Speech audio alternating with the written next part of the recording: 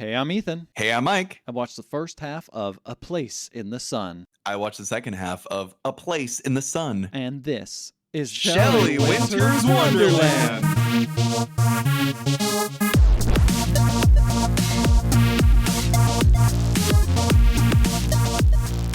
Welcome to a very special episode of The Other Half, a very special month. One of our friends and listeners, not the honeybees, a person whose name I do not know, has recommended. Oh, yeah. Okay, cool. You're very cool. Yeah, I'm so has cool. recommended that we watch a bunch of Shelly Winters movies.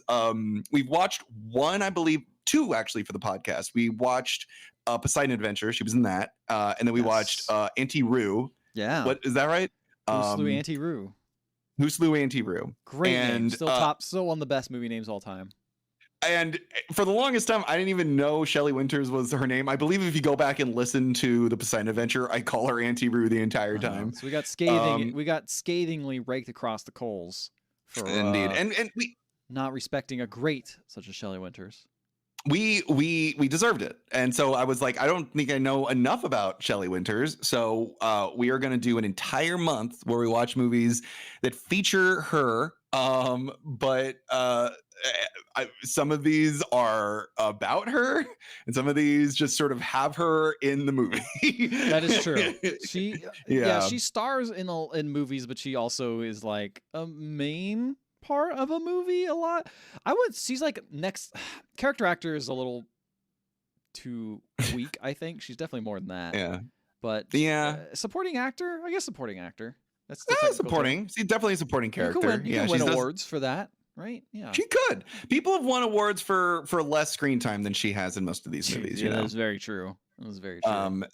So yeah, and I also, I guess before we talk about this movie as well, I like her as an actor. Like, I really liked her in Auntie Roo. I really liked her in the Poseidon Adventure. Like, she is not a bad actor whatsoever. You know, this isn't a thing where it's like, oh, let's watch a bunch of movies with this actor that's like not great. It's like, she is like genuinely good. I think she won an Oscar. Like, I think she's like an Oscar-winning actor as well. I believe that's true. But yeah, she won Academy Awards. We wanted to inspect, with an open mind, someone whose work we're not familiar with, but has a huge catalog of movies that we've just not seen. And so maybe, it could go either way. We could get through the end of this and be like, Shelly Winters, what a great, underrated in our time.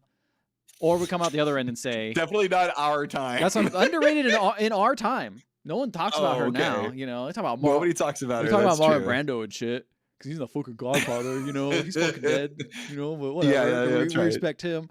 But or we come out the end of this and be like, Shelly Winters, stay in the past. We don't want you around anymore. You know what? You had two good movies, I guess. Yeah. And, go from there. It's kind of the opposite of the Nick Cage month where we're like, we've seen so much Nick Cage stuff. We got to start digging into all the Dick Cage. That's what I was going to call him, Dick Cage.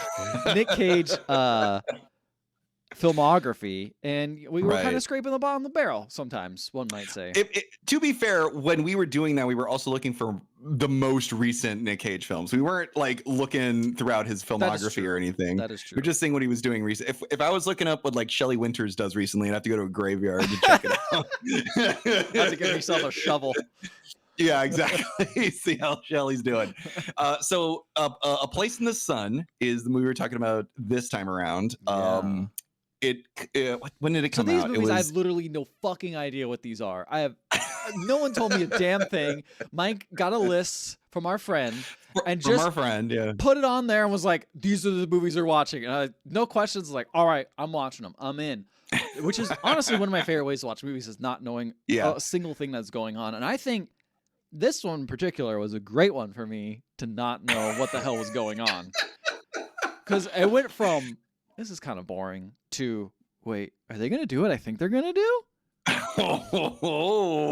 Yeah, it's an interesting film. I also, for the record, no fucking idea what these movies were about. Like, particularly with this one and some of the other ones later this month, is like I don't know what they're about. I just jump in on this movie and I'm like, oh, I know that Shelly Winters is in it. Obviously, I know that Elizabeth Taylor is in it. That's all I know. I don't know what the premise is.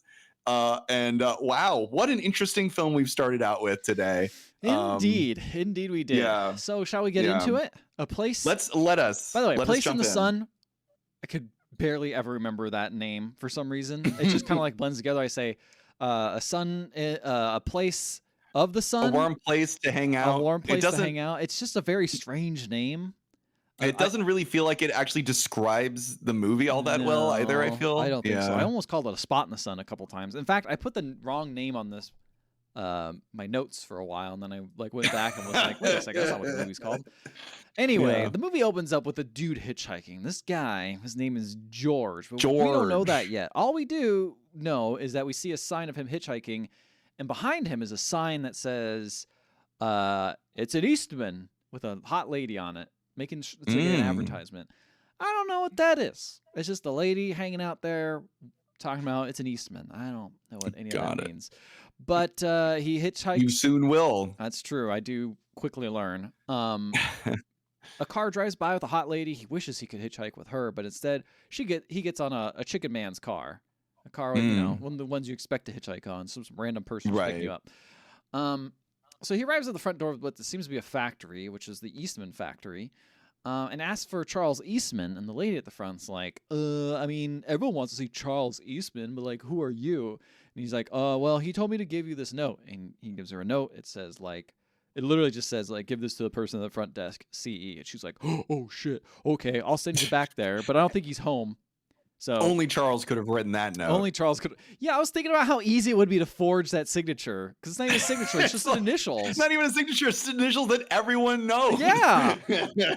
Anyway, he goes back there. That would be like going into like a KFC and you're just like, "Give me all of your chicken for free," and you're like, "Who are you?" And you just slide over like a note, and it just says at the bottom like, Colonel Sanders. They're like, "Oh, of course, sir, right away." And a double down, please. Yeah, that's exactly it. It's also great because it'd be like, wait, they're not actually, they don't actually work here at KFC, right? They're a fictional character. Yeah. Well, I guess they were. Colonel Sanders wasn't a fictional character. Wait a second. Going into McDonald's and saying like, I got a note from Ronald. In my mind, that's what I thought. I forgot he was a real person. He was a real guy. Oh my God, you're so right.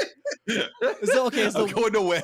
Like, is Wendy's the actual Wendy lady? Did she make the burgers? No, she's like the daughter of the guy who made it, right? She was like she was like the daughter, the granddaughter of Dave Thomas. Yeah, got it.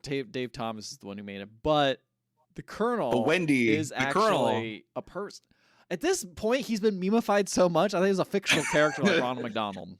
He memified himself. That was all the rage back in the day. Like that was the what was it? That was the Orville Redenbacher thing too. Like nobody believed he was a real guy, and he was like, "Yeah, no, my name's Orville Redenbacher."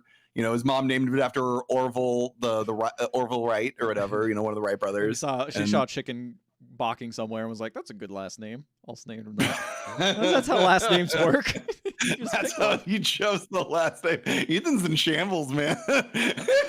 My society is all focused on the Eastman society. Okay, it's all I know about. So I don't know anything about. Tell me more about the how fried chicken works. Charles Eastman was named because his mom was in the East and had a baby boy and was like, "I know what I'm naming my son." Yes. Why? I thought for some reason people pick their last names. Last names. Oh boy. Anyway. I mean, so Shelly Winters was born in the wintertime. Not many people know that. Shelly was a family name, but Winters just was like, oh. And her mom found a shell on the ground and was like, whoa, cool, a shell. We're in Kansas. I don't know where the fuck Shelly Winters came from. There must be a sign, Shelly. Anyway. Shelly Winters. Anyway. So he goes to the back office there, and no one's there, but the secretary's like, look, no one's here, but I'll give him a call at his home. Charles. And he's like, well, I don't want to like cause a fuss. She's like, don't worry about it. It's fine. So he goes in the office, picks up the phone. It's like a direct line to his home. And he's like, oh, hey, yeah, who are you? It's like, oh, well, I'm George. I'm George Eastman. You told me I could get a job here. And he's like, oh, yeah, of course I remember you. Yeah, you get a job. We'll hook you up with that. And he hangs up the phone. He sits in the chair. And I'm like, damn, this is like his power moment where he's like, I would like to have this amount of wealth, as he sits in Charles's chair and sees like checks written out for like $100,000 and stuff, because he makes a lot of money. This is high society, and he's just not. He doesn't belong in it, even though he is related. I was gonna say, is he like his son? Like his? He's his nephew. Oh, okay, Yeah, okay. So he's like related, but not that closely related. Yeah, exactly. Okay, okay. So Charles. Damn, that fucking sucks, dude. Yeah, it does. It does. Damn. So what kind of jobs is he gonna get at the Eastman factory? I don't know. We're gonna find out in a little bit. First, he's got to actually like go and meet Charles himself and ask for like a real like get them all situated with everything. So, but before then, Charles hangs up the phone and addresses the people in his room because he's at kind of like basically like a little party thing. It's not a big party. I'd say it's like a kickback. You know. I'm not gonna say it's a big party, not a rager, but it's not a big party. It's just a chill party, you know. Yeah. just some cocaine, and some sex workers. No, that's a kickback. This is not Any Given Sunday. Okay, it's not Any Given Sunday. It's any place in the Sunday. Yeah, it's true. And he's like, "Oh, so yeah, that was that was George," and his wife's like, "Oh, George, this is George. You're gonna give him a job? Isn't his like." Isn't your brother's wife, is she still kind of like crazy? Because I guess what happened is his brother passed away, but the wife is still around, and she's just like really into doing missionary work and like doing like sex work. No like doing like very religious and is very much like okay, that kind of missionary. Yeah, that kind of missionary. Yeah, and you know, giving people food and stuff like that and charity stuff. And someone's like, well, you're going to have this guy join in and like work with us. Well, what are we going to do about him socially? And he's like, don't worry about it. Don't worry about it. He's just here. He just wants to make some money. He's just a good kid, I imagine. Anyway. Hopefully. So then the next day, George arrives to the family's house of Charles and is introduced to Earl Eastman, who's Charles's son, and actually does kind of like the day-to-day operations there. And it's like, hey, what do you got any skills, like typewriting skills or anything? He's like, oh, no, I don't have any skills. So what he used to do is he used to be someone that worked at a hotel. So he's very blue collar, like I'm just doing like manual labor type things. And they ask about his mom. She's like, yeah, she's still really into social work. She's crazy. But like the way the house is, it's a big house and people are just coming in and out of it. But then suddenly a hot lady comes in. Angela Vickers comes in. Oh yeah. She comes in. Played by? Oh my God, I wrote it down. Elizabeth Taylor. That's right. Elizabeth Taylor's there. Yes, this is not Shelly Winters yet. No, this is Elizabeth Taylor, yet. Cleopatra herself. Right. Comes in and he is just absolutely smitten. He doesn't say anything, but he obviously, this movie loves to show exactly what George is thinking. George is played by Montgomery Clift, by the way. He's great in this. Yeah, he's really good. But the movie also gives him a lot of opportunity to like show his face. That's true. He's emoting. Clearly, he's longing for a lady. Clearly, you're right. It is all in his head. Like they'll put in like sounds that aren't necessarily part of the scene in order to get us like in the head of the character. At least that happens in my half the movie. Yeah, I think that's accurate. But she seems like very high society. She's just like talking about, I'm just going to talk about the lake house, this vacation I'm going to go on, and blah, blah. And then she leaves. I don't even think he doesn't even introduce her or anything. Like she's just there. So she's just there. But next day, George meets Earl at the mill and gives him a whole spiel. Now, do you know what exactly the Eastman Company does? No idea what the Eastmans do. I just know that they are rich. Or they're religious. That's all I know about the Eastmans. I think they're rich. They make a whole bunch of what look like clothes at the factory, but I don't know. It kind of felt like a Macy's type situation, but maybe they were just the ones packaging the clothes. I don't know. Anyway, gives them a whole spiel. Is like, all right, you're going to be working on organizing and packing. By the way, you might have noticed that 9 out of 10 Eastman employees are women, and it's imperative you do not fraternize with any of them. It's one of our only rules. You cannot like get in a relationship or even like really talk to any of them. Just especially us, because the power, I didn't say this, but obviously the power dynamic is like weird when you have the Eastman name and you're like, oh, what's up, ma'am? You don't do that. So then don't be a creep. Don't be a creep, right? More new employees need to be told that. Yeah. When they're getting started. Oh, but see, that's only if they are higher up. On the bottom level, they can just do whatever. Like, but yeah, no, you're right. Even on the higher up, what am I talking about? I should not say excuse them. Executives, like they have morals. Okay, so George enters the rooms, and all the girls give him a good old whistle, like woo woo.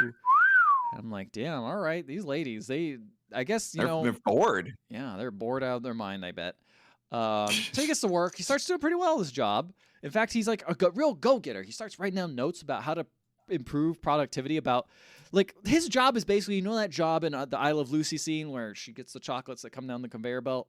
He's that, but for shirts. Like that's what he does. Okay. He puts the so he puts shirts in his mouth. Yes, exactly. When they go too fast, he puts them in there, and he's like, he puts them in his mouth, or he starts putting them on. Yeah, he starts putting more and more shirts exactly. on. He's just, all the shit's on me. Get it off me.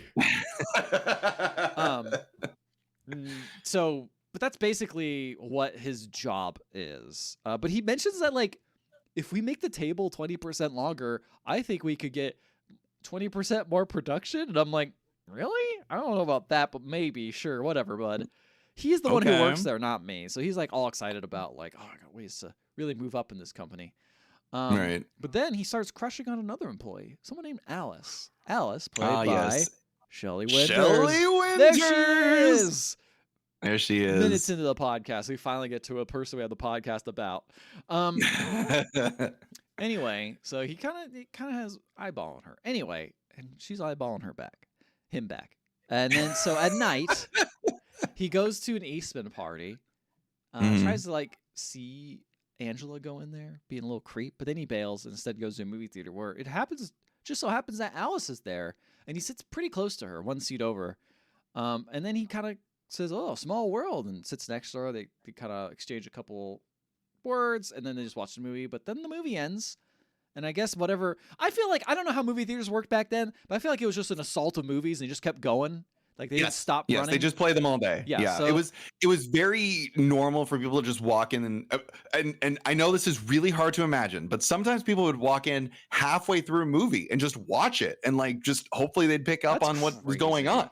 Isn't that nuts? Crazy. Who would do such a thing? Crazy. Or a movie would be playing. They're like, I don't want to watch this anymore, and they leave halfway through too. They wouldn't even watch the whole movie. So they had the sound. I imagine that is very iconic at the time, where there's basically get the fuck out. They had that playing, and there was only like a few people left in the theater, and some were making out, some were asleep, but they're just there, hanging out. And then she's like, "All right, I'm gonna go," and he's like, "I'll walk you home." They walks her home. They start chatting. She mentions how it's very interesting how they put you in the factory before they move you up because you're an Eastman. He's like, "Oh, I don't think they're gonna do that." And she's like, "I think they're gonna do that." And then he's like, "Well, what do you do for like the weekend?" And she just starts mentioning like, "Oh, I just don't really do much. I kind of stay home." And she's like, "Oh, you don't go to the like pool every weekend?" Like, "No, I don't do that."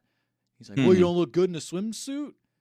She's like, "No, I just never learned to swim." And he's like, "Oh, you never learned to swim? That's crazy." Interesting.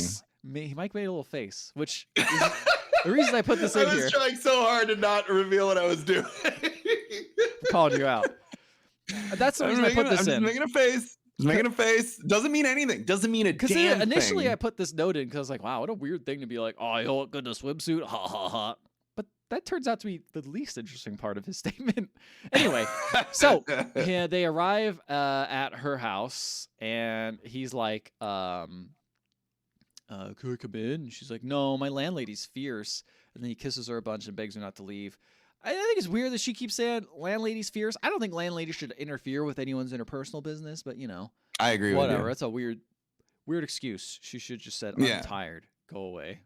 But I guess you got to have for men back then, you had to have like a real good excuse, or they're going to be like really pushy. Back in the day, are you kidding me? He was so pushy. Even then, he like walked up to her and was like, "Don't leave, don't leave."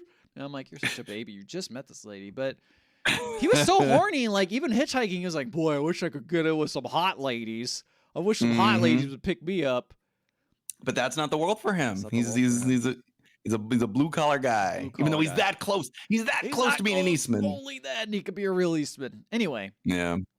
Next day, after work, George is talking to Alice. They're just kind of making small talk. And then, Angela just appears, and he just looks like a cartoon wolf, just like, "Arooga! Whoa, Angela's here! Whoa!" And obviously, Alice sees this and is like, "What the fuck, dude?" But, she just goes along with it. Yeah. And then they're not in a relationship yet, right? They're not really. like boyfriend and girlfriend. But no. they're really starting to date more. They are dating. She okay. admits that like, you're not an Eastman at all. They're going out to find like date spots. They drive a car. They start kissing in the car, but then a cop kicks them out. It's like, "Hey, you kids need to go home." They invented home for talking and shit like that. So they're like, can I ask you this relationship between the two of them? Do you feel like he actually is like attracted to her, or do you think he's just like trying to like ladder climb?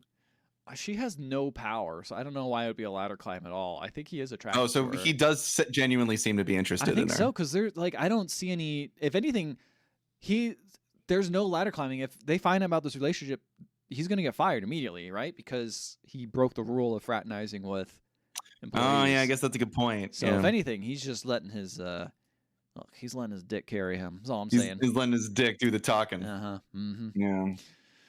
Yeah.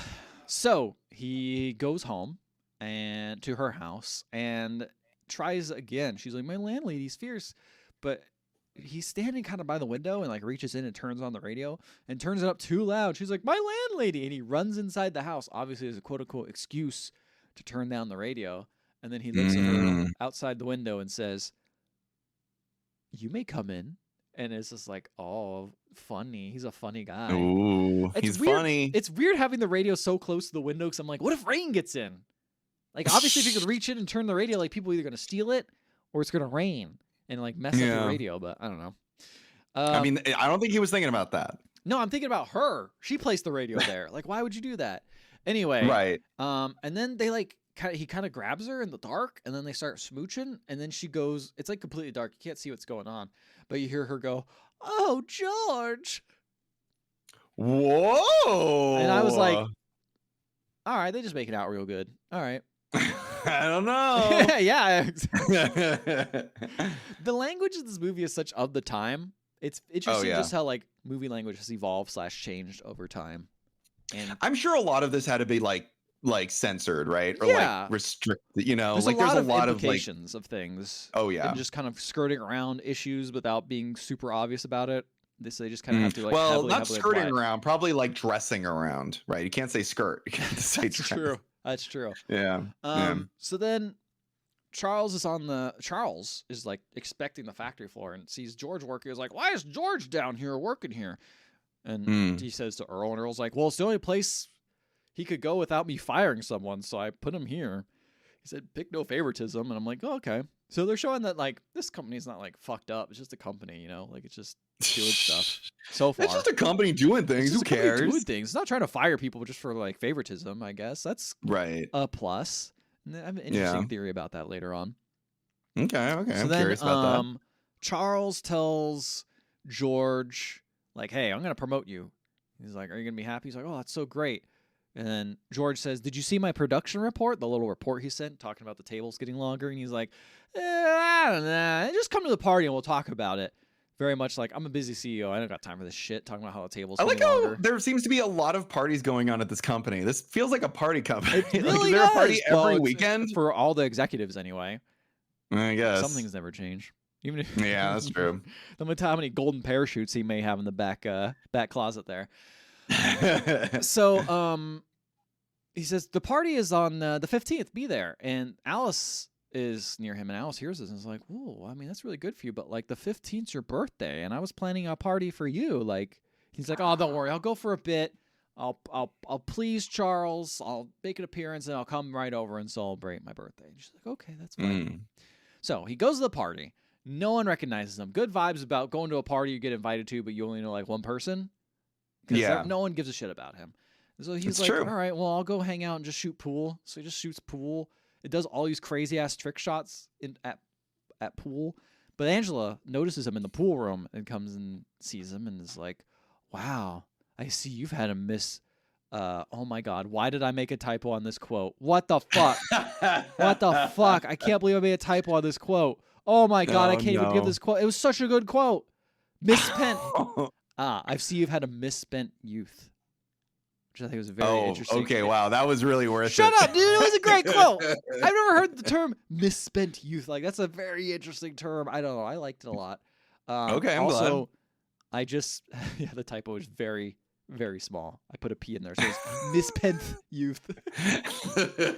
Anyway, he says, "Oh, I know all about you, Angela. I read about you in the papers. You like go on vacation here and all this stuff." And she's like very impressed that he's interested in her, even though clearly everyone's interested in her. Right. And let me tell you, I heard the thing Vaseline on my close-ups. Like they do close-ups between him and her. Oh my God, the amount of Vaseline they use on her shots are crazy. It's like I felt like I had to clean my glasses. It was that bad. And he just gets nothing. He's just like, well, of course, that's the whole point, right? You got to make her look gorgeous, no wrinkles. It's so weird because like so many other shots, she looks great, and it's just fine, and they're still fairly close. Non-close-ups, though. I guess you're right. It's like I think that was also probably like film language back in the day or some bullshit. You know, like if it didn't look like that, people are gonna ask what was going on. You're probably right, actually. I wonder if they phase that out at some point. Anyway, then Charles comes in and is like, "Hey, did you call your mom yet to tell her about the potion I gave you?" And he's like, "Oh, not yet." And he's like, "Go do it right now. I have the phone right here. Go call." So he calls his mom, and Angela's very close. It's actually kind of annoying, to be honest. It just get away from me. He clearly feels uncomfortable calling his mom, and mom picks up, and mom is very straight to the point. Like, "Oh, Ma, are you coming home? Are you coming home, son?" He's like, no, I actually got a promotion. I can start sending money over there to you. Like, that's how much money I'm making. She's like, oh, that's nice. And what's funny is mom is working in a place that has a whole bunch of people in the back. They seem to be like getting food or something like that. And then there's a big ass poster that says, "How long since you've written to your mama?" Which is such a on the nose weird thing because he literally mentions he was going to write to his mom. But anyway. So that existed back in the day. You know, there's probably like a branch of government that was trying to remind people to write to their mom. I guess that's true, which is a very high mom like mortality back in the day or some bullshit. Do you think moms kept dying back then? Moms I think they died of loneliness. Oh damn! You know what? And let this be a reminder to our listeners: if you haven't talked to your mom in a while, write them. Yeah, they say, well, don't call them. You're gonna be the death of me. Yeah, it's the death of me because you're not talking to me. That's what it is. So Angela's very close during this and just starts making noises and the mom's like, "Wait, who is there? A girl with you?" She just says, "Hi, it's me, Mama." I'm like, "Shut the fuck up! Why are you so annoying?" Are you talking about Angela being annoying? Angela, why is she just respectful when people are on the phone? Like, what the hell? Anyway, so she's never had to worry about a damn thing in her life. Right, you know, she's like incredibly rich. She's, you know, high society. Yeah. So he gets off the phone, and Angela's like, "Oh, that's nice. Let's go dancing. You need to have a fun life. Congratulations on the promotion." And they dance, and they dance until the party is over. And Alice, that's some Phantom Thread shit right there. Kind of, yeah. And then Alice is home. Alice is home waiting. He goes home, and Alice is passed out. She has, she has the cake there and ice cream. The ice cream's all melted. It's just a little sad cake. It looks sad. And she's like, "It was 3 hours. 4 hours. You couldn't get away?" He's like, "I couldn't get away." She's like, "You should have phoned." He's like, "I'm sorry. I couldn't get a chance to." He's like, "It's fine." There's clearly like a lot of tension between the two. Yeah. And it's just a one shot of him sitting down and eating the cake, and they're discussing things. And it's like, "Well, who was there?" And he's like, was Angela Vickers there? And he's like, "Yeah, she was there." Like, "Oh, she's a pretty lady, huh?" She's like, "I don't know why you keep talking about her." It's like, clearly you're smitten with her. Also, by the way, we're in trouble. Real trouble. And he's like, "What do you mean?" He's like, "Remember that first night you came here?" And I, at the moment, was like, what happened the first night he came here? Because the first night he did come here, they didn't do anything, and he just left. So I was like, all right. Yeah. And then the second night, they just made out a lot. Pregnant? She's pregante, dude. That later on you find out she's pregante, but I didn't know this. I was still confused by this statement. I didn't know. I had no idea. Oh, you had no idea you're how? Oh, wow. No fucking clue. The implications. No idea. See, the thing is, I did not put this together. Because everything has to be so implied, because it's such a dark story. From back in the day, right? Yeah. Like you couldn't fucking show like Lucy being pregnant on TV or whatever. So that's true. It all keeps coming back to I Love Lucy with this podcast. Look, you see a bunch of people in black and white. It's the only thing that people have seen in black and white that like I feel like maybe people have seen recently. Like I don't know. Hopefully, is it on Netflix? If it's not, then no one's watching it. That's true. Really, is I Love Lucy on TikTok? You ever get TikToks with I Love Lucy? I have not personally, but then they probably are not like this gamer boy probably doesn't want to see I Love Lucy TikToks, does he? But they're wrong, right? They're wrong. We should post some. We should post them up there. That's a good idea. So then, he's at home, and what's interesting, I don't know if you've seen this at his home, but there's when in your half of the movie, but while he's home, there's a Vickers sign flashing in the back. It's for like the advertisement because apparently like a big company, but it's literally like a big neon sign just flashing, so it's always on his mind. He calls Alice, who is like, "Oh, I can't fight who's sick. I had no idea what this meant. And he's like, we can't find a good doctor yet. I'm like, a good doctor? What you mean? You just go fucking find a doctor. Why do you need a good doctor? Why would you need a good doctor, Mike? Anyway. Because you're pregante. Yeah. But what do you want to do? You're pregnant. Yeah, but what do you want to do with Oh, that wait, baby? Abort? Yeah, man. I think that's maybe no what way. Come on. There's no way that's all a right, thing well, in let's this continue movie, on. right? Let's see what happens. That's fucking crazy. I know. So he's like, all right, well, I'll come out. We'll help you find a good doctor like this weekend. But then he gets a call. I am a surgeon. I am a surgeon. But then he gets a call from Angela. It's like, hey, come to this party tonight. He's like, okay. So he goes to the party with Angela. He's like, I don't know why you invited me. And I'm like, you're fucking stupid. You literally danced all night with her. Yeah. Obviously, she likes idiot. you. You're so stupid. So clearly you don't like Angela. Is that what I'm getting from this read? Me? Oh, no. Yeah. Angela, I don't hate her. She's just kind of, she plays a good spoiled rich kid, really. And, you know. Okay, got it.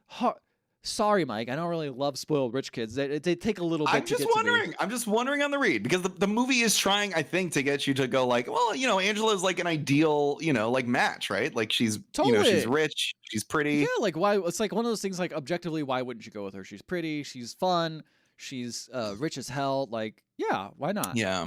But you know, in my opinion, I'm like, oh, she's just a little too, you know, rich girly. Anyway, sure. So let's go to the party. Let's see. Okay, anyway, so they both admit like they're madly in love with each other. And Angela's like, "Oh, we'll make this relationship work. It'll be great. You know, the weekends will be great. It's the best time to hang out anyway. We'll work around your job," making it sound like, "Oh yeah, you have a job. I forgot. You fucking poor. We'll just hang out on weekends," which is funny to me because I'm like, "Well, most people have jobs, girl. But all right, I guess in your society, like it also gives her a way to be like, I don't want to hang out with you all the time, just sometimes." It also kind of feels more like she's also going like, well, we'll hang out, but like not during the week, because like when you work all day, right? Like she probably doesn't realize that like jobs are only like 8 hours a day and then you clock out, you know? You're probably right. Yeah. And then she's like, tell mama all of this, tell it all. And I'm like, oh, he can't tell much of this because he's got some little side thing going on that the company won't like at all. Yeah, that's right. That's right. He can get in a lot of trouble for very different reasons, it sounds like. Yeah, it sounds like, I mean, his whole relationship with Alice seems like it's a whole bunch of trouble all mixed in the one, like for multiple reasons. So then we got a scene of Alice going to a doctor. It's just Alice at a doctor. And she talks to the doctor and is like, hey, so I don't have any money for this to pay for this baby. Like we're very poor. I don't have a job. My she doesn't have a job. My husband of 3 months. She's lying. She's lying. Also is an electrician, but that's it. Like I don't have time for any. Don't have the money. Yeah. Or actually, no. She says I have a job and I need the money for the job. If I have a baby, I can no longer do that job, and we will starve. Basically, is what she says. And he's like, "Oh, you'll make it work. Me and my wife, we were worried about this, but you'll figure it out. You'll make it work." She's like, "What kind of job does he do?" He's like, "Oh, he's an electrician." Oh, the electricians make tons of money. And he's like, "If you have issues with money, you know, there are free hospitals, you know." And I'm like, "What? There are free hospitals? What? They used to be free? What happened?" Apparently. We lived in a different country what happened? back in the day, man. Are you going to tell me that community college is also free? What are you guys These fucking freeloaders. I can't believe these they American got all freeloaders. these handouts, these fucking handouts, you know, all these people back then. Anyway. Yeah, back in their day, they had to different work real time. hard. Yeah. Different time. Yeah. Anyway, and he says, look, I've been lying. My husband, he abandoned me. And actually, I don't have any way to pay for this baby. He's gone. And he's like, well, you can just go to your parents for help. But he's like, but you're a good doctor. I've been recommended to you. He's like, how did you hear about me? Oh, I've just heard you're very good. Whoa. Yeah. He's like, well, I'm good, but I can help you if you want to have a healthy baby. Otherwise, you're going to have to go to your parents. So she leaves.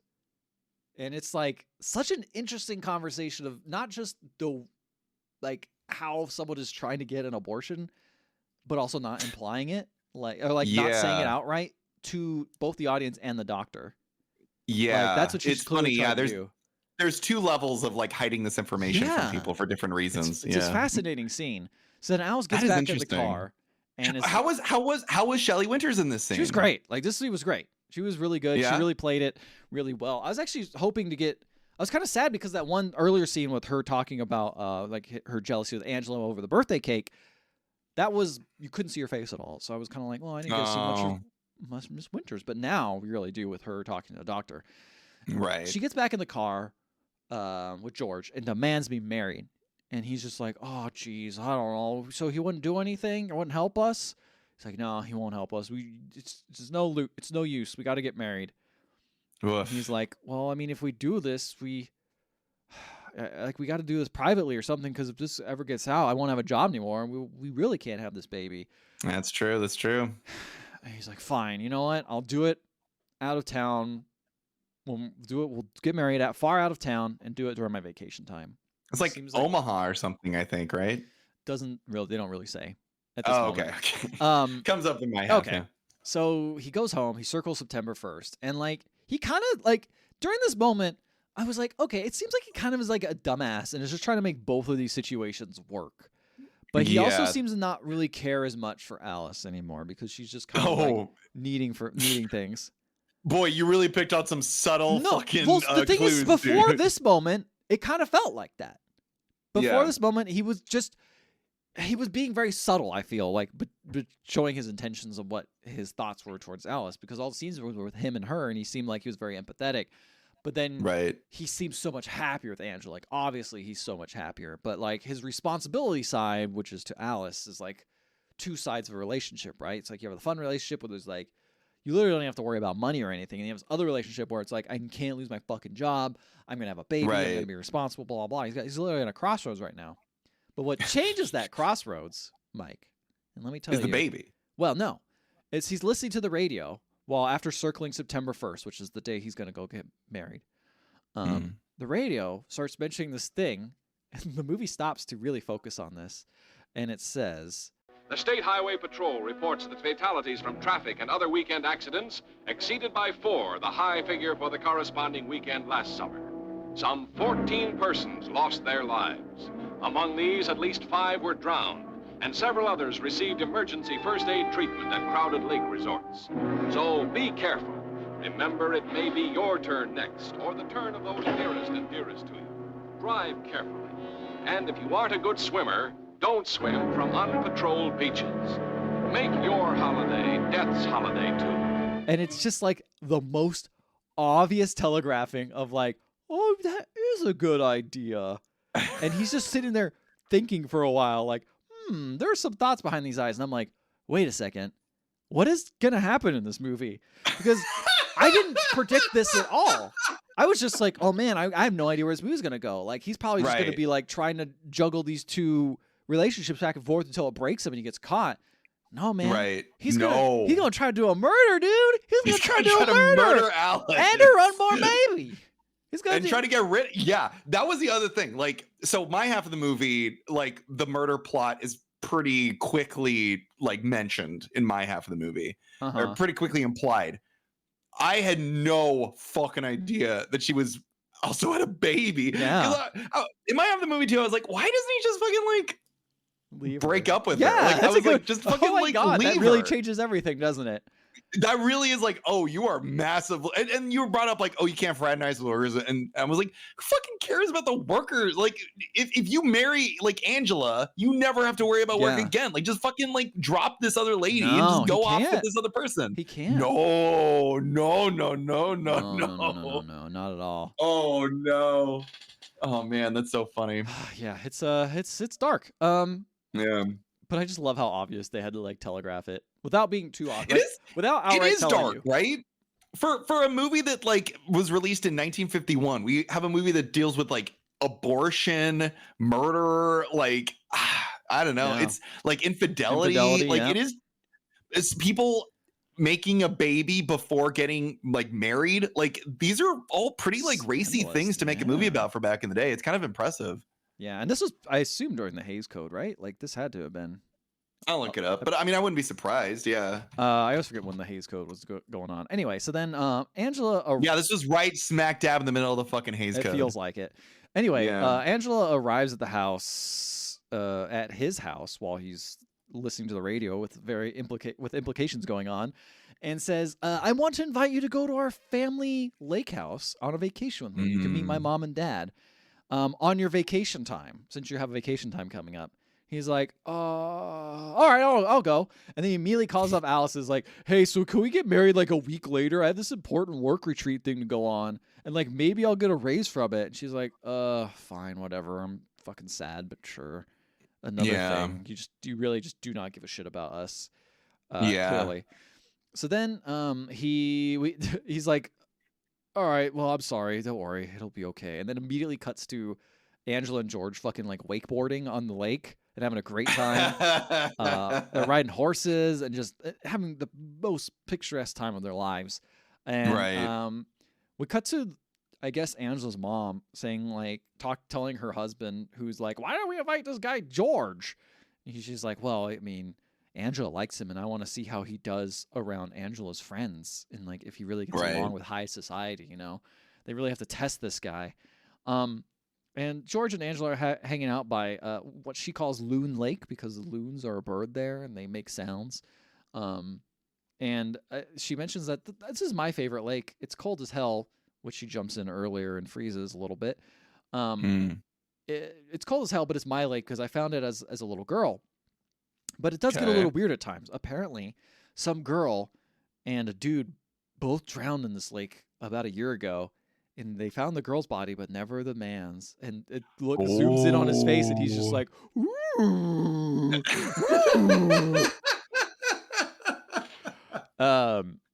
Anyway, oh boy. Angela then says, like, I intend to marry you, George. I intend to marry you. He's like, oh, that sounds awesome. Anyway. That sounds great, bro. That sounds great, bro. I'm really excited for this part of our relationship. He then starts having dinner, and they're at the dinner, and everyone like loves him. They're all like, he's so good. We like George. He's a great guy. You know, everything's going great in this relationship, except for one thing. He gets a phone call from Alice. And the reason he gets a phone call from Alice is because she went to the mailbox and picked up the paper and sees a picture of the Vickers family retreat with George in it. And he's in it. Oh, no. He's in high society now. He's getting reported on everything. He's not used to this. Oh, no. So she's upset. She calls him at dinner and is like, you lied for the last time. I want you to come get me right now. And that's the end of my half of the movie. Oh, shit. Uh-oh. What happened? Well, okay. So I pop into the movie pretty much like right before the phone call like happens. And the person handing the phone, this is something you didn't mention, is the person handing the phone to George notices that the person on the other line is a woman. Yes. And the person handing the phone over says, oh, it's a woman on the other end. Angela, you better bend an ear to this one. And that was where I was like, oh, because like Angela and George must be like an item together, you know? And it's like, you got to be paying attention to what's going on the phone, because this person on the other phone, on the other side of the phone, might be another woman. Blah, blah, blah. Oh my goodness. And I was like, no, whatever. Yeah. That might be just fun teasing. Yeah. Woman is at a bus station. George has lied to her. He better come pick her up, or else he says woman, she'll that's tell Shelly Winters, people. How dare you? Yeah. She says she'll tell the people he's with everything. Well, I didn't really recognize her. No, I we'd didn't only recognize ever seen her as like an older woman, really. True. And then so for a sec, I was like, who is this lady? And then I was like, well, I guess she's the only other person in the movie that isn't, you know, like Elizabeth Taylor. So it must be Shelly Winters. True. Yeah. So, and this is also where I learned that her name is Alice. So George hangs the phone up and he's like, okay, he tells everybody at the party, a friend of his mother's is not well and he needs to go like see to her, basically. And Angela is like, I love you, George, you know, like, you know, goodbye, you know, don't be a stranger. I hope we come back soon, basically. And you really learn that like Angela really truly loves like George. So George drives to Alice. Alice says that she knows that George is with Angela. She says that she wants to get married tomorrow or she'll tell the newspapers everything. And she says, if we don't get married tomorrow, I'm going to tell the newspapers everything, and I'm going to kill myself. Oh my God. Yes, which is a lot. It's a lot for George to hear. A lot, to be honest. So they drive to the courthouse the very next day. They arrive. They go into the courthouse. They go to where the marriage licenses are done up, and it is closed due to Labor Day. So they are not able to get married that day. Oof. And of course it's a holiday, right? He's on vacation. It's a holiday. No one asked why. I'm almost wondering.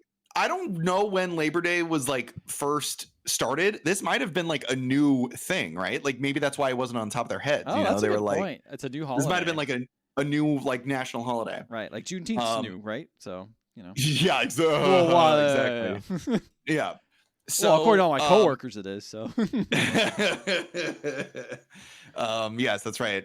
Ethan only works with white people. So caught me. So Alice is hysterical, and it looks like she's about to just fucking like walk off a cliff, which to me is like, again, I don't know about anything that's going on. I don't know what kind of information she has on him. Yeah. So I'm like, fucking like, if you don't love her, just fucking let her fucking walk off a bridge. Like, who cares about this woman, you know? Labor Day was in 1894, so this is well afterwards. Not even close. No. Not even fucking close. This guy just doesn't know Labor Day. Yeah. Ironic though, but he's like, that it's Labor Day, a day of celebrating like hard work and labor, which I think is interesting. Mm-hmm. That clearly is about two different classes. Different social classes. Yeah. No, I think you've absolutely hit the nail on the head there. And he's like, look, Alice, I want to get married. We just have to wait for the court to open up again. Let's go to the lake. You know, let's do that honeymoon. Ethan's smiling. Let's do that honeymoon. Where two people happen to die. I only heard about it recently. he fails to mention that, but he goes like, I know you've always wanted a nice honeymoon, a nice secluded, quiet honeymoon between the two of us. Let's go to the lake. We'll have a picnic. You know, there's a lodge there and everything. And he leads her out of the courtroom, and there's this amazing shot. So we follow them down the hallway in the like courthouse. And they leave the shot, but the camera stays still, and we just see inside of an empty courtroom with like the judge like chambers and all that stuff and jury. And it's like, what an interesting shot to just linger on for like maybe 30 seconds with nobody else in the frame. And it's like, that is like foreshadowing of like what's gonna happen to George. Oh, interesting. Right, exactly. It's like, what excellent shot choice. I don't know. The guy that directed this movie, by the way, I don't know if we've talked about the director. George Stevens. Do you know what else he directed? Not off the top of my head. Another movie we've watched for the podcast. Giant. Oh, an epic. He directed Giant. Oh, wow. Yeah. So he's a good director. He knows what he's doing. So he's driving Alice to the lake, and then he lies that his car is out of gas. It's not really out of gas. He's just acting as if it's out of gas. And so they have to park the car really far away from the lodge and from the lake. So it's sort of like off on the side of the road. So if anyone were to drive by, they probably wouldn't see the car, you know. Got it. In a nice secluded place. What's going to happen? They walk. I don't know.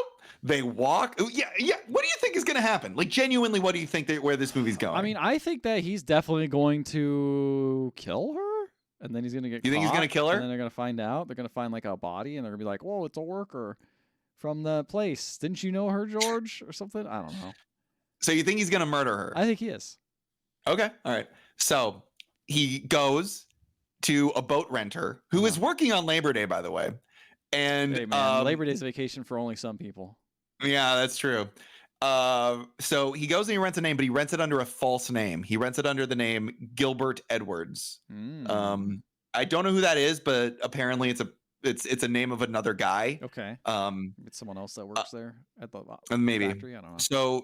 So then they get on the boat, and they're both on the boat, and they row into the middle of the lake, and it's starting to get dark, starting to get real dark. And George, he's sweating up a storm. Fucking that boat is so hard to move, man. It's so heavy. Rowing a boat. I know. Well, that's tough work. that's the thing is Alice keeps checking in with George and is like, "Are you okay?" Because he's quiet and he's sweating and he's like looking at her like he's gonna fucking murder her. And he's just like, "I'm just really tired." And she's like, "Well, you can take a break if you want." Montgomery Clift in this movie is so fucking good, and particularly in my half of the film. He's so good at just looking like a guy who's like, it's like he's trying to keep a secret for a thing that hasn't occurred yet. You know what I mean? That's a perfect way of describing him. Yeah, no, his acting style is totally like, even at the very beginning, like in the moment where he's getting picked up as a hitchhiker, he still kind of is like, he knows something, and then he knows that he's a special guy, you know? It's so fucking good. And he's so good in this moment. So he's sweating and she keeps talking. She just keeps talking and talking about how she wants to run away. She's like, "Well, let's run away together and we'll live together in a small house. And, you know, just for the two of us." And then she's like, "Well, not just for the two of us, right, George?" And I was like, "Oh, she wants to bang. She wants to make babies." I was unaware. Okay. You weren't aware that I was already one in the oven. Yeah, there's already a bun. And George, it is rising, girl. Let me tell you. Yeah, George just looks crazier. It's like every fucking thing she's saying is like the worst fucking thing to say to this guy. Hey, here are all the reasons not to kill me. Just gonna let you know how much I love you, how much I care about you, how you're gonna be a great husband / dad, how life's looking up. Boy, it's gonna be so great. I sure hope you're not trying to decide between wanting to kill me or not. It's like in the cartoons when one of the characters looks like a fucking like hot dog or something, you know. Like it's like he's just looking at her like, I just want to fucking murder this lady. And Shelly Winters doing a really good job of playing this girl very innocent, you know, like it's nothing that she's doing that's like obviously wrong, but like she's saying all the wrong things to this guy basically. And she's doing it so well. And then after a while, he genuinely seems to feel bad about how he's been treating her, that he's been like mistreating her. He's been lying to her, misleading her. He seems genuinely to feel bad about it. And then we see a shooting star and they both like make wishes on the star. And she says, "I wished that you loved me again." Ooh. And it's like, you can see how deep it's like hitting him. And it's like, as far as I knew, he did love her, and it sounds like maybe he did, but it does appear as if that's no longer the case. And then she starts talking again, and she starts saying, "George, you'll see. After a while, you'll settle down, and you'll be happy and content with what you got instead of working yourself up all the time over things you can't have. After all, it's the little things in life that count. Sure, maybe we'll have to scrimp and save, but we'll have each other. I'm not afraid of being poor." And it's like, again, she's saying all the worst fucking things to him. It's funny because to anyone else that is like super romantic, super totally like clearly someone who's in love with you and really wants to make things work, but just to him, it's just like, dude. Everything he wants is back at the lodge, and he's left it. And it's like now he's with this person, and he's like, he knows like that's what their life is going to be like. They're going to have to live, you know, like in poverty. They're going to have to live like, you know, hand to mouth. And there is everything he's ever wanted. Because he's going to lose that job too, right? He's going to lose the job. And the only thing standing in the way is her, basically. Like, she's the one thing that's stopping him from having this thing. And so then she says, "Did you wish that I would just die? Do you want me to just be dead?" Because she's talking about the shooting star. And he's like, "No, I just want you to leave me alone. Like, I don't want you to be dead. I just want you to leave me alone." And I don't know, man. It seems like he means it. And he gets up and moves to the other end of the boat. And then she gets up to follow him. And he's like, "Don't follow me." And then the boat rocks and they both fall off the boat. And he swims to shore and she does not. It's one of those it's one of those situations where it's like, well, you didn't help. He didn't help, but like, and the rest of the movie is what is really just analyzing this moment of like, did he not help because he didn't want to help, or did he not help because... That's so much better than what I would have thought it would have been. Like, that's so much more ambiguous in like a weird way of like, because I kind of makes more sense now why it shows that like he doesn't He doesn't seem like really hate her. He seems like he clearly enjoyed her presence at one point, but like she's holding him back from what he truly desires, and he sees her as more of an anchor, an obligation, more than an actual person he wants to be with, and so that makes it more ambiguous than like when all these hints were lining up of like, oh, he's gonna kill her. He just has thoughts of killing her. And then what it actually culminates in makes it way more interesting, I think, than just. But I don't. That's the thing. Is like he knows, like pragmatically, that would fix things, but he also doesn't. I get the read from this moment and from the like acting of Montgomery Clift. I don't think he truly has it in him to actually do anything wrong. Like I think in this moment, he's like, I don't actually want to like kill her. I don't want to actually hurt her. I just don't want her around anymore. I want her to get out of my life. And it's almost like he's more upset with himself that like he, you know, like he made this like decision and now it's like, well, fuck, like there's this woman out there who's rich and who's beautiful and who loves me and like I could have that. But also he gets away scot-free now, right? Because like he used a fake name. He was planning on killing her. He pretty much cleaned up all his tracks for this. And then even at the last minute when he decided like, you know what, it's fine. It doesn't matter. But Ethan, you thought he was going to do it. I did. You did. And if you looked at everything he did up until now, if for some reason they find out that he did use a fake name, if they somehow find out that he did park the car far away, all of these little things, if you put them together, makes it look like he probably did kill her. Yes, all of that feels like what is it? Like planning, like what's the word? Where it's like you plan the crime before you've done it. Premeditated.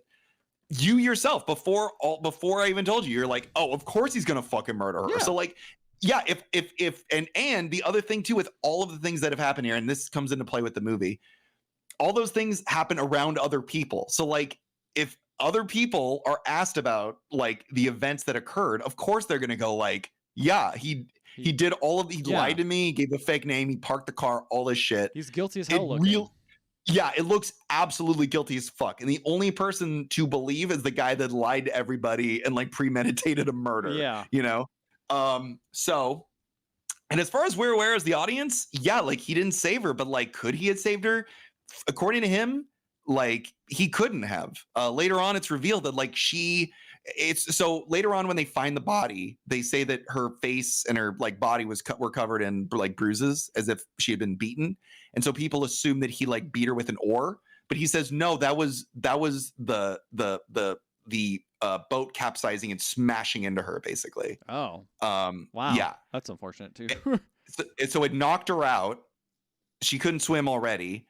She immediately drowned. And so he couldn't save her basically because she was already like gone. And there's nothing. Did he try though? He said he couldn't try because he couldn't get to her quick enough. That's what he says. Okay, so you don't see what happens afterwards. You literally just see the capsize. You see the boat capsize, and then you see him swim to shore, and that's all you see. Okay, so you don't see if he hangs out there and like looks. You don't know. It's all up to you as the audience, and that's kind of the magic of this movie. So George walks through the woods in the middle of the night and comes across a bunch of Boy Scouts in the middle of the woods camping. Yeah, as they do.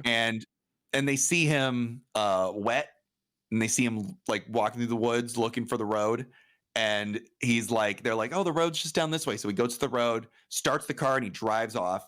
And the next day, there's a report of a young couple who've drowned in the middle of the woods. And at that moment, also, George arrives back at the lodge, and he's trying to act cool and he's trying to act normal. But people can tell that there's something wrong with him. They can tell that something's different about him now. Yeah. He's not fun. He's not happy. He killed someone. He's taking a life. He killed somebody. And Angela's like, she's like, I can't wait. It seems like mom and dad are really warming up to you, George. I think we can get married around Christmas. A little after around Christmas, we can announce our marriage. And he's like, no, we can't wait that long. You have to announce it now. We should run away. And it's like, run away. That's exactly what Alice wanted to do. Yeah. Investigators identify Alice's body, but they don't find another body. So they originally assumed that a couple had drowned, probably because it was the same lake where this had happened before. Yeah. But they don't find the other body. And they talk to the guy who rented the boat to them. One, he mentions that the guy gave a fake name. So how does he know he gave a fake name? Because he knows. Oh, because they go visit that place a lot, right? Because with right, and he Vickers. knows Gilbert Edwards. He knows Gilbert Edwards too, and he knows that guy isn't Gilbert Edwards. Oh, okay. And then he also says that in the middle of the night he heard a car getting started, and he had seen a car parked on the side of the woods, inside of the road in the middle of the woods. So he's like, there was a car parked in the middle of the woods. A man showed up, gave me a fake name, got on a boat, and then in the middle of the woods, the car is gone. Had started in the middle, started in the middle of the night. What else happens? Gosh, guy rented the boat, city, blah blah. Okay, George wants Angela alone. He wants to be alone with her. He's like, I don't want to be with your friends. I don't want to be with your folks. But everyone at the lodge, all of her friends want to like hang out with them. So there's all this laughing and playing, and like everyone's having a good time. But George is having none of that. He's like so fucking depressed, so scared of getting caught. It's like when you receive really bad news at like a party and you're like trying to hold it in, and it's just like I don't want to ruin the vibe. Everyone is having a good time, but also you can't tell anyone about the bad news, because the bad news is like, oh, I killed someone. Oops, I can't believe I read that. Exactly. In the paper. So they all jump in like a boat, and they all jump in the boat with him, and they speed off. And there's this great shot of them in the boat, and the camera follows the boat from the dock, and the camera sort of like it pans following the boat speeding off, but it's still on the dock. And as the camera pans, there's a radio revealed, and the radio is reporting news about Alice's drowning. And so you see, all these people having fun on the speedboat in the water, including George. And then in the foreground, you hear the radio talking about the news. That's good. And it's like, it's such a good shot. So all the people at the lodge now have heard the news over the radio, and they're all discussing the drowning. And they're laughing about it. And they're like, I bet it was a murder. I bet that lady was a chatterbox and had it coming. And they're all talking about that in front of George. And George is like trying to ignore it. He's trying so hard to avoid this conversation. And then his dad wants to talk. Angela's dad wants to talk to him. Mm-hmm. So he goes to talk to Angela's dad. And he's like, look, George, Angela seems to have taken a shine to you, but I don't know enough about you to accept a marriage proposal from you. And he says, I don't know if I'm for you or against you. And it's such a great line, because I feel like that's also the audience's feeling towards George. Yeah, it's like perfect. Yeah, that's exactly how I was feeling. I was like, up until that moment where like he decides not to, well, seems to probably not kill her or whatever. Yeah. I was like, wow, this guy sucks. Can't believe we're following this guy. It sucks. But then it's like, well, I mean, you're still bad, right? But like, yeah. I mean, he still treated her very terribly, you know. You're still kind of a bad guy, but you kind of empathize with him a little bit. Yeah, and also in this moment too, it's like if he did all this stuff, I mean, I don't know. He's like, yeah, if he did all this stuff and then he didn't kill her, it's like, sure, he didn't kill her, but he did put her in a very dangerous situation. Absolutely. And gaslight her and lie to her, He's still bad. Yeah. So George finally says, he's like, look, my family's poor. I used to, my mom and my dad were very religious. We used to do religious sidewalk services. And then, okay. I had to leave. That's interesting. I'm sorry. There's one moment earlier where he's walking with you go ahead. Alice earlier. And there's a bunch of people just singing on the side of the street. And he stops and stares at this little boy for a long time. And I was like, I don't know why he did that. That must have been because that was him. That was what he used to do. Gotcha. And then he says he attended school until he was 13, and then his family ran out of money. So he worked blue-collar jobs his whole life. Damn, wait, so free hospitals but not free schools? Yeah, I know, right? I don't know. Well, this is actually really funny, too, because we just watched The Holiday. Yeah. Which was also a movie about a guy who was talking to a dad, trying to convince the dad to marry, like, the daughter and talk about how society shit going on back in these days. Yeah. They're just like, we love movies about rich people. It was just interesting to see that sort of overlap, but in this case, it isn't Cary Grant. It's this like sweaty Montgomery Clift who's just like, oh, I don't fucking know what to do. So yeah, and then he's like, look, I don't know if I should marry your daughter. I don't think I'm good enough for her. And then the dad's like, all right, man, like you don't have to be overly modest. And he's like, all right, it's fine if you want to marry her. I accept you. He says, just I want to ask you both, just don't do anything too hasty, okay? Like don't jump in anything. And it's we like, gotta make sure these murder charges don't come through. Yeah, sounds like you already did some hasty shit. So the cops are looking into Alice. And they talk to the person who's running where Alice is living. He's like going, the landlady. He's talking to the landlady. And the landlady's like, look, I know that Alice had a boy. I never saw him, but I know one time a man called, and I believe his last name was Eastman. Ooh. And they're looking through Alice's belongings, and they see the photo of George in the newspaper that she had cut out. They see him. That's pretty bad. Oh, got him dead to fucking rights, man. So then Angela's like, it's just like, yeah, I'm so rich and I'm so happy and I'm alive.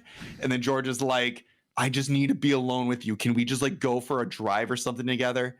And she's like, yeah, sure. So they get in the car and they driving. And then all of a sudden we hear a cop car behind them. Oh shit. And she's like, oh, it's them again. And she slams on the gas trying to evade the cop in her car. Rich people crazy, man. And I was like, damn, did he fucking tell her? And she's like on his side? Like, what the fuck why is she avoiding the cops? Yeah, that's exactly what it is. And she seems to evade him, but then the cop knows where she's hiding, like in the middle of the woods. So the cop drives up to her and she says, third time this summer, Angela, you can't keep doing this. Oh, goofy cops. They're so funny. Goofy rich people. And so he's writing like a ticket for her. And then he looks at George and is like, what's your name? And he goes, my name's George Eastman. He's like, oh, okay. And then he like finishes writing the ticket and gives the ticket to Angela and walks off. And Angela's like, oh, that's such a goofy cop. You know, I love his handwriting. He's such a nice guy. And then George is like, I'm so tired and I don't want to leave here. I don't want to leave you. And then he's like, people are going to say things about me. I know it. Oh God. It's going to make you stop loving me. Uh-huh. And Angela's like, no, that's impossible. I'll never stop loving you. This is such a cliche that always works though. Cause it's just always like, yeah, you don't know what should have done. I love you. It's like, no one can imagine. I love you no matter what. This man may have committed a murder. He may have. And so then he falls asleep next to her because he's so exhausted. And then he wakes up after like napping. And she says, you were talking in your sleep. You kept saying, it's not your fault. He kept saying it wasn't your fault. He kept saying, I'm going to choke you. I'm going to kill you. Just leave me alone. I'm going to swim. I'm going to go out of the middle of the lake. I'm going to drown you. I'm going to do that. I'm going to fucking make sure I know you can't swim. And that's the perfect way to kill you is to throw you out in the water. It's very specific. Very suspicious. So they drive back home. I love you anyway, no matter what. She genuinely says that. And they arrive back home. And then I think he starts hearing like cops like around. And so she's like, all right, I'm going to go back to the lodge. And he says, all right, I'm going to stay out here for a minute, but I'll see you in a moment. And she says, every time you leave me for a minute, it's like goodbye. It makes me believe that you can't live without me. And then they kiss each other deeply and they kiss and they embrace and they're kissing so deeply. And it's like this close to breaking the Hays Code. And then she walks off into the lodge and then the cops arrive. And they pick him up and they arrest his ass. Wow. And they're like, oh, let's take you to the lodge and we can ask them because he obviously he's denying it. He's like, I didn't do anything wrong. Like I deny everything. And they're like, oh yeah, well let's take you up to the lodge and let's see what you say when you're in front of Angela and her family. And he's like, don't take me there. Don't do anything, but don't take me there. And they're like, I wasn't gonna. I just wanted to see how you'd respond to that. Yeah. So nice. The cops do talk to Angela and her family, and the family's like, can you please leave her name out of the press and the trial? I don't want Angela dragged in any of this. And then the father says, I'm going to have like my own personal like investigator look into this and my own like lawyer, I guess. And if he's found innocent, I will pay for his defense. But if my personal investigators find him to be guilty, he gets nothing. I'm not going to support him. I'm not going to help him. I mean, that's Angela fair. Which is totally fair. And Angela hears all this and she just faints. She just immediately faints. So after talking with George, it seems like the defense does believe in him. But then there's like an angry mob outside and the DA say that George will see the electric chair. So that's also a good like time period. It's like they were still fucking like shocking people in an electric chair. Yeah. And we get this amazing shot of Angela, and she's reading the news, and she's sitting next to a window, and there's this fire like in the window, and it's like a reflection of the fire in the fireplace in her bedroom, but it just looks like the woods behind her are on fire. It's like this amazing shot. It's so fucking cool. And then the trial begins, and it does not look good for George. Everyone they bring in the scouts, they bring in the guy who sold them the boat, they bring in the landlady, they bring in fucking everybody. No one Everyone back, comes huh? in. No scouts on her, huh? All right, I get it. Scouts are telling the truth. Yeah, that's true. That is part of the code. Telling the truth. So not look good for George. And then the defense goes up, and they're like, look, we've heard from all these people, but we haven't heard from the one person who was really there. And they called George up to the stand. And I'm like, what a dumbass move. Like, really, you have no other way of like proving his innocence? But I guess they bring not. George almost because he's super guilty. And he does look really fucking guilty. So they bring George up to the stand, and George is like, look, I wanted to kill her. I'm really that hard about it. I was really thinking it. I was thinking about it, but I didn't do it. At the last moment, I had to change of heart. So he admits, he's like, yeah, I lied to the boat guy. I parked the car. Like, I did all this shit. All that sure seems really guilty and premeditated, but I didn't do it. I did not do it. I had a change of heart. And what else do you say? So he says, according to him, what happened was, he was the boat flipped. They were underwater. He came up. He was on the other side of the boat to her. So she was on the other side of the boat. So it was like the boat was in between them. She hit her head as the boat like landed on her, I guess. And then she got knocked out. And it was dark too. So as he like swam under to get to her, she had already like sunk to the bottom, or sunk enough that he couldn't get her, basically. That's his story. And then the prosecution shows up, and they counter, full of leading questions, by the way, like tons of leading questions. The defense absolutely should have fucking like called him on that. Yeah. And then he's like, he brings. Wait, so who paid for the defense? Did we ever figure it out? It might have been the dad. The dad might have paid for it, but it just wasn't very good, in my opinion. In a layman's opinion, I don't feel like the defense. Maybe the lawyers aren't up to the snuff, you know. Probably not. Yeah, they're like really patent lawyers or something. They're like, oh yeah, we usually do patent law, not trying to get people off of murder convinctions, but sure, whatever. He's like 100%. Trying to cut a deal because billionaires are cheap still, or whatever. So the prosecution brings in the boat into the courtroom. They bring a boat into the courtroom, and they have George like act out the scene to show to the jury that he absolutely could have saved her. Like, there's, he didn't fall in, which we know he did. The prosecution says what happened was he took an oar that they were using to paddle out in the middle of the lake, and he smashed it over her head, and then threw her in the water.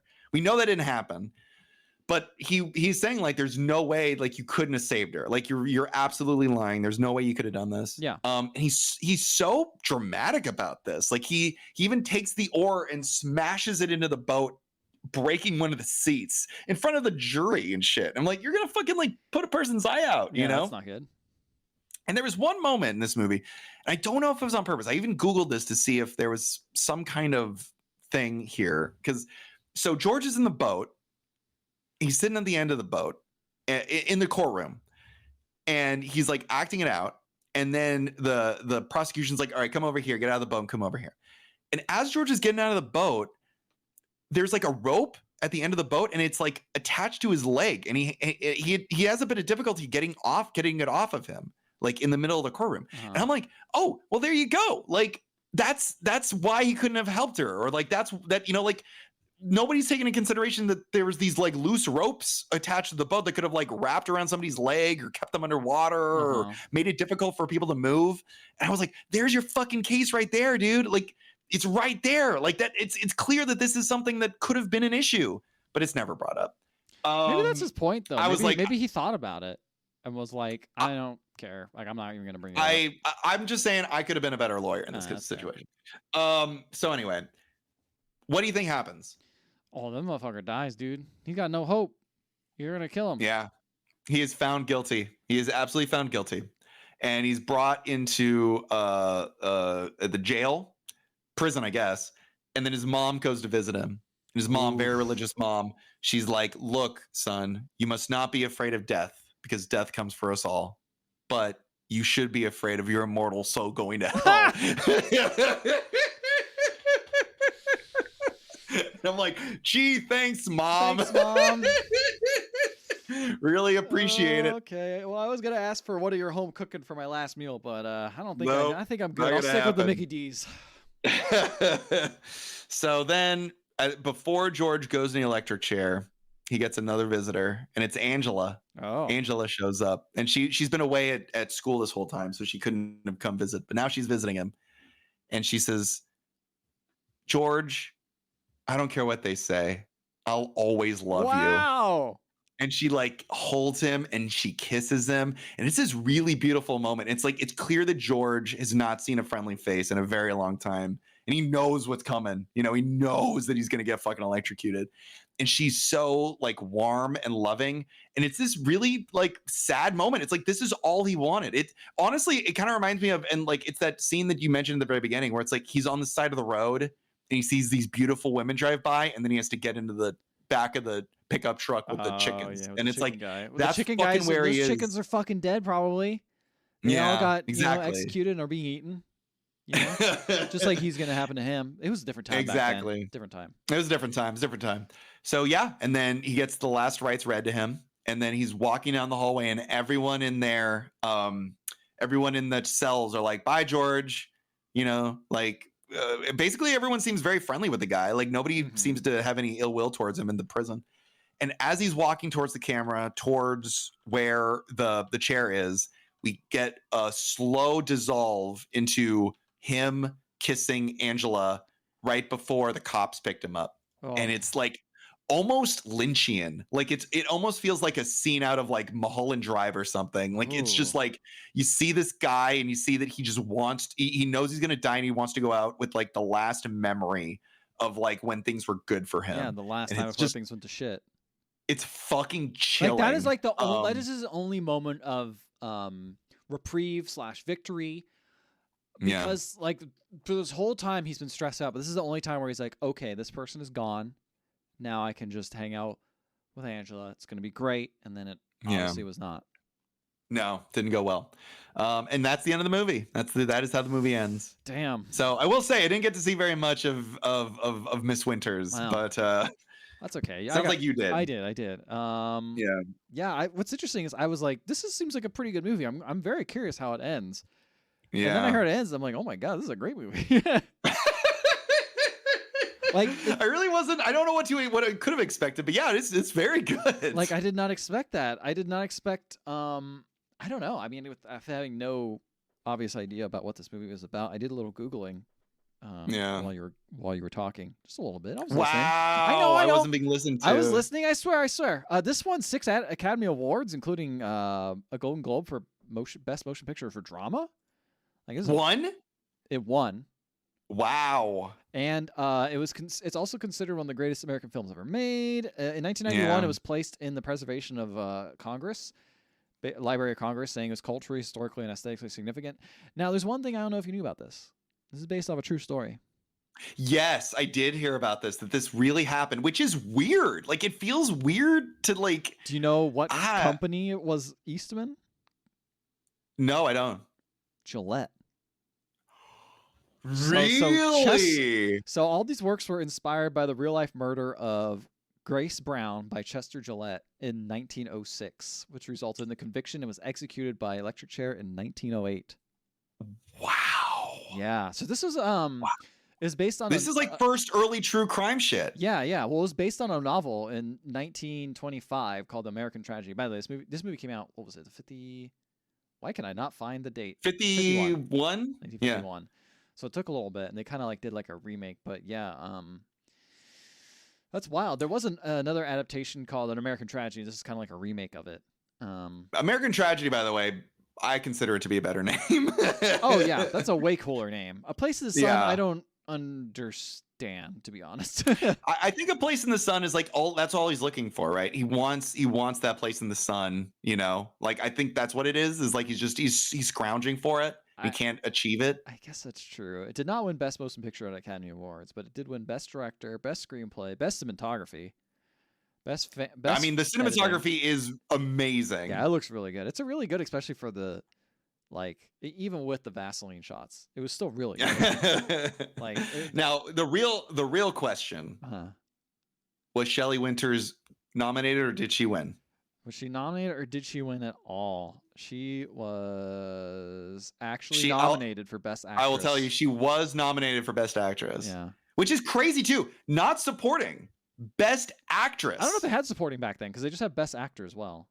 But that is wild though to have her upstage Elizabeth Taylor, who is kind of more of the actual star. I mean, they're both equally important, especially at the beginning, and you do see more of her at the beginning.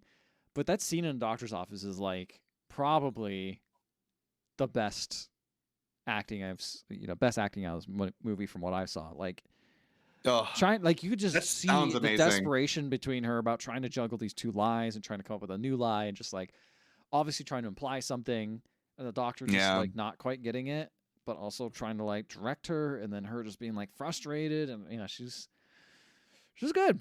It was good. My favorite scene was her in the boat right before she capsizes. Is just because it's the same thing. It's like the desperation in her eyes, and she's trying so hard to recapture like what their relationship must have been like before he had met Angela. And it's like you can tell she can't, and it's like she doesn't know what to do. Like she's like, I want it back so bad, and she knows she can't achieve it. And it's like it's so sad to see. But also that shot, it's clearly, the scene is clearly from George's perspective. So like as an audience, you're just like, it's like you feel empathy, but you also feel just like she's so pathetic in this moment as well, you know? That's good. Yeah, it's such good shit. It's a really good movie. Really, really strong start to Shelly Winters Wonderland. I hope we continue to get this great snowfall. And I hope so as well. We're not guys. Do you have any Shelly Winters movies that you'd recommend? Email us at email@theotherhalfpodcast.com. You can also find us on Facebook, Instagram, Twitter, Threads, and we have our own Discord. And if you want to listen to any previous episodes, as I mentioned, the Poseidon Adventure, which she was also nominated for, as well as Auntie Roo, which she was not nominated for. Those are previous episodes. You can find them on any podcatching app. And while you're there, please leave a 5-star rating and review. We will read on the show, no matter what it says, even if it is an admission that you didn't kill somebody, but you really considered doing it. I don't know about that. That's a lot to take on. I really thought about killing someone. I really, really did. But then I kind of was like, but I didn't do it. But I thought about it. But I didn't. Well, the first episode down. I'm looking forward to the rest of what the rest of the season has to bring us. I hope that at least there's something in the same level as this, because this is a great movie. I agree. Good night, everybody.